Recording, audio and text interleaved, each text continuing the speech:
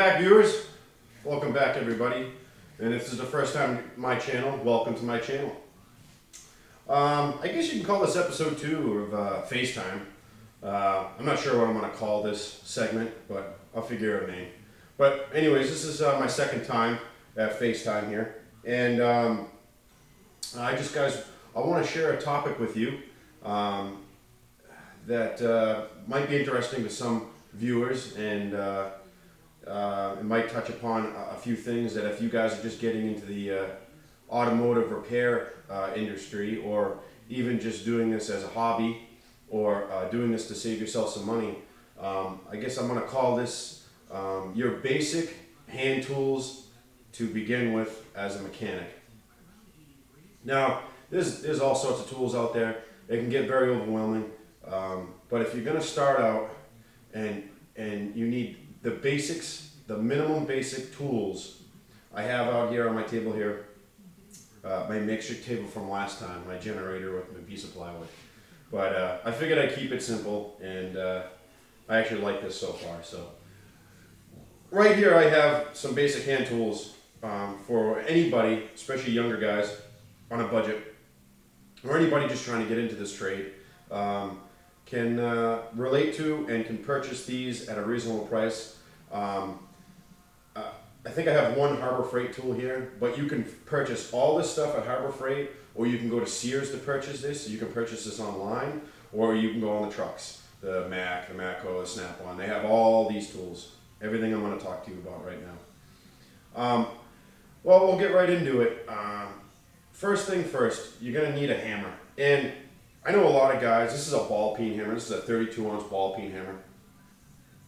I got a couple different sizes and lengths of ball peen. And the reason why ball peen is good for automotive work is there's two sides to the hammer, and it's not like a claw hammer, like a framing hammer, like a carpenter would use. I have one of those in my toolbox, but I never really use it. I've had it since I was a kid. But if you want to get into automotive repair, you're going to want a set of ball peen hammers. Get yourself a good set. Personally, I don't care for the fiberglass handle ones. I like the wooden ones. I know they have the anti-vibe Snap-on ones, but I've always had good luck with the wooden ones. And worst comes to worst, if the wooden one breaks, you can still use the head again. Just drill it out, buy a new handle, and you can put your head back on as long as it's not too beat up. But ball peen hammer, you're going to need that for any type of job. And over here I have a set of pliers by Channel Lock. You want to get yourself a good set of pliers. Honestly, I'm not going to say Harbor Freight has the greatest quality of tools. I do have a handful of Harbor Freight, but if you can swing, get yourself, you can find them on sale at like Ace at Home Depot. Get yourself a good set of Channel Locks. These are open jaw, I don't call them plumbers. Some people call them plumbers. They're open locked pliers. That comes in a set too. These are just regular 2-phase pliers. They have 2 positions where you can open and small in. And then this one is needle nose. Needle nose always come in handy. They have, like I said, this is just for the beginning, but as you venture into it and get further into it, they have different angles of needle nose. They have needle nose with cutters. They have needle nose with wire strippers in there. But get yourself a good set of needle nose and use the pliers correctly. If you need a pliers to pull on something, don't use your needle nose, because I have seen guys use needle nose in the wrong way, and you end up gnurring off the tips. And that's the whole idea behind needle nose, is what they're good for, is what you need them to be using. There's a right tool for every job. And then a pair of snips. People call them dikes, snips, whatever, side cutters. Get a good pair of snips. And don't be cutting cable with these or nails. This is for cutting wire and other stuff like that. They have different tools for cutting wire and cable, thick cable and wire. So a good set of pliers and a good set of ball peen hammers. Obviously, next you're going to need screwdrivers. An assortment of decent screwdrivers. This is a flathead, and then you have Phillips. So you got slotted and Phillips. You want to get yourself a good set of screwdrivers. Just getting into it. Then you're going to want to get yourself some socket sets. I just have one socket here. I got so many sockets that you guys can go through. I have another video on my channel here if you look back. If you want to look at my toolbox tour, just search back in my videos, you can find it. Sockets. You're going to need a good set of sockets, standard and metric. Most stuff is going towards metric now, but standard comes up once in a blue moon if you're in the United States. If you're up in Canada, it's all metric, and any other word, anywhere else in the world, its majority is going to be metric, the metric system. Why United States has yet to grasp the metric system, I don't know why. But good set of sockets, standard and metric. You can get deep well, you can get short. There's so many sockets out there, but just start off with a basic set of sockets.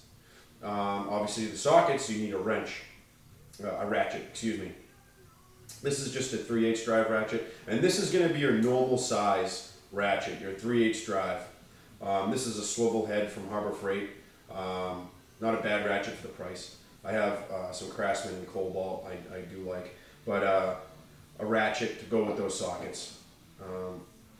And then get yourself a decent set of wrenches. You're going to need wrenches to go with the sockets because wrenches and sockets go hand in hand. This is just a metric set of sockets I've had for wrenches. Sorry, this is a set of metric wrenches I've had for a while. These are Craftsman.